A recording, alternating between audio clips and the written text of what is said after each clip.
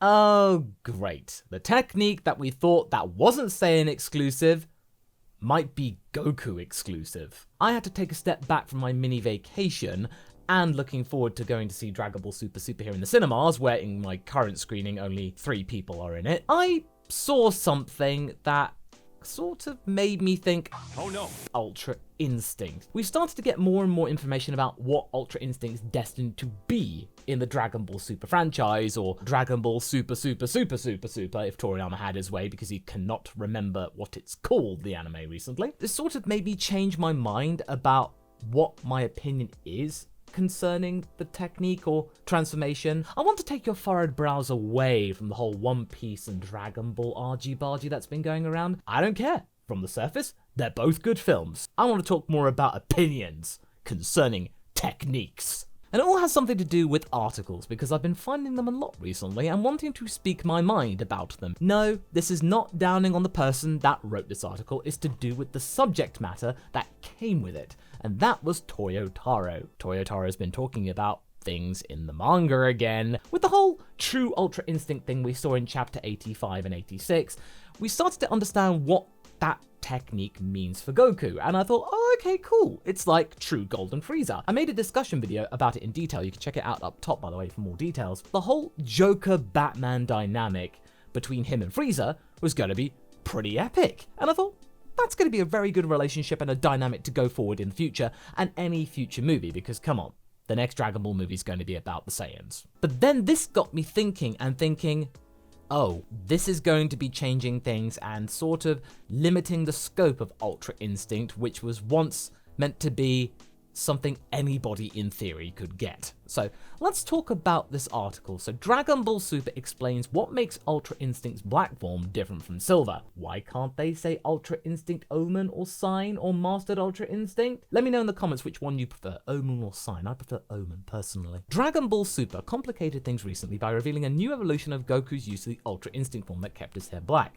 And the artist behind the manga has explained how this version of Ultra Instinct is different from the silver-haired version. Ooh, colors. It turns out there's a lot more nuance to these variations than fans might have expected at first. Well, that's sort of been explained already in the early 70s in terms of the chapters, because Goku explained that thanks to his training with Whis, that he could pick and choose different aspects of Ultra Instinct to use in any transformation that he would want. You can be in base, you can be in Super Saiyan Blue, you can be in Super Saiyan 2, doesn't really matter. So Super Saiyan can be sprinkled a little bit with Ultra Instinct, so that was the idea, versatility. So this is just an evolution of what we already got, so it's not really that much of a revelation. As Dragon Ball Super manga artist Toyotaro explained in a special interview with Dragon Ball's official website, as translated by the wondrous DBS Chronicles, the black-haired Ultra Instinct is what Goku had chosen to use because he can't maintain the silver one unless he's calm, which is very true. Goku has basically just said, oh, that silver form, yeah, it's strong and all, but nah, Goku don't like it. And on that surface, I like that too, because Goku's admitting something he cannot use fully. He has a power he cannot use fully.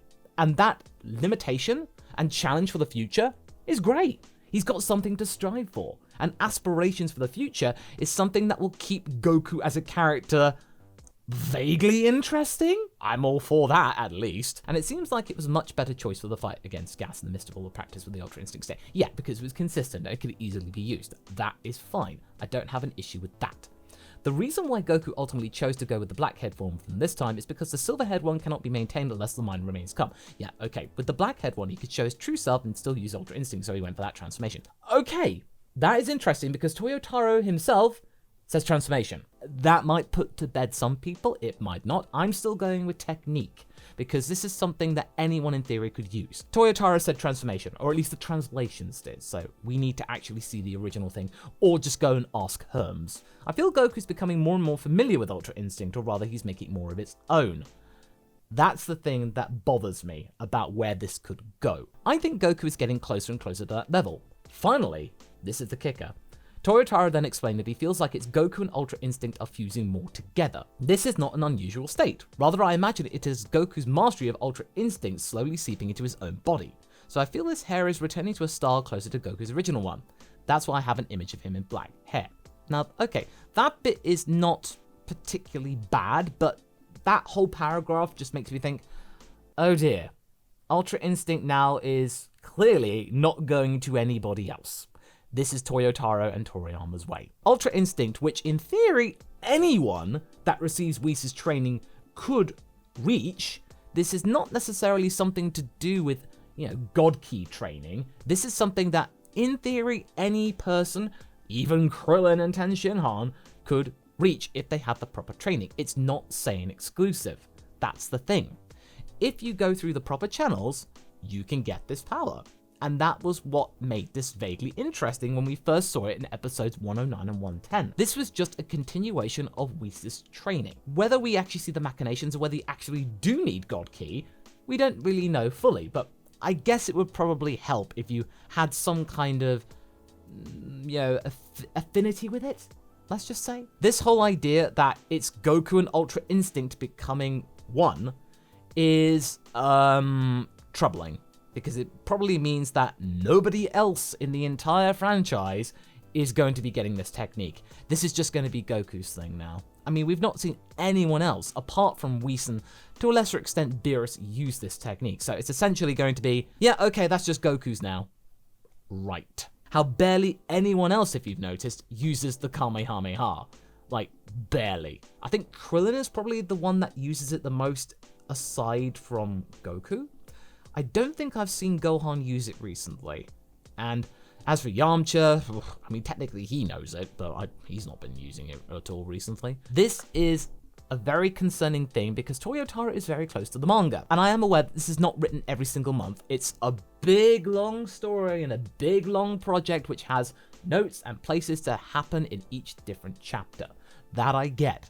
But this whole thing that Ultra Instinct, at least according to the manga, is going to be mostly just Goku's journey to try and make it synergize with himself is a very concerning one because, well, actually disappointing actually, that this technique, which could have been something that anyone could aspire to achieve in a way to catch up, probably won't be happening.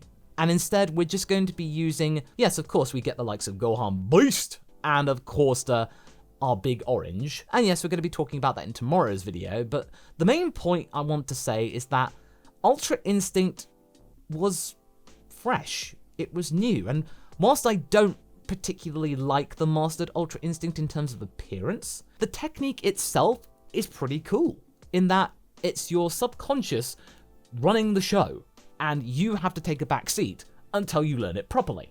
But now we're just going to be seeing Goku using it, and nobody else. So the ideas of people thinking that, oh, okay, maybe Krillin or maybe someone else could learn Ultra Instinct as well. Are we going to be seeing Vegeta using Ultra Instinct? Well, probably not, because he's got Ultra Ego now, but back in the day, he did aspire to go, I'm going to learn Ultra Instinct for myself and become the true user of it. And then he realized, oh no, wait, I don't like Whis. Ooh, Explodey Cat, teach me your ways.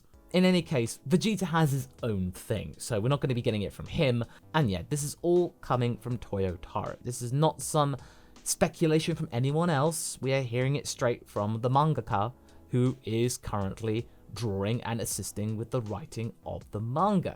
Now, this may not be the case for the anime, because various other people, including Akio Ioku, who is the second to Toriyama, so his mouthpiece essentially, has said that the anime and manga don't necessarily have to be the same thing.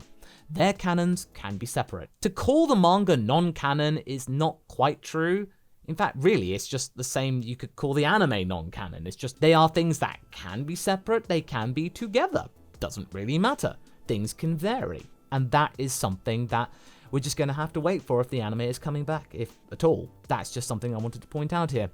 And this very innocuous final paragraph just made me feel very sad in the fact that Ultra Instinct is probably now never going to anyone else. So, sorry, Krillin fans, I guess you're just going to have to settle with whatever he learned in episode 76. Which never showed up in the Tournament of Power. But if you want to check out a video that gives Krillin his own transformation, as well as other people, including our boy Raditz, check out this video here, and I shall see you in the next video.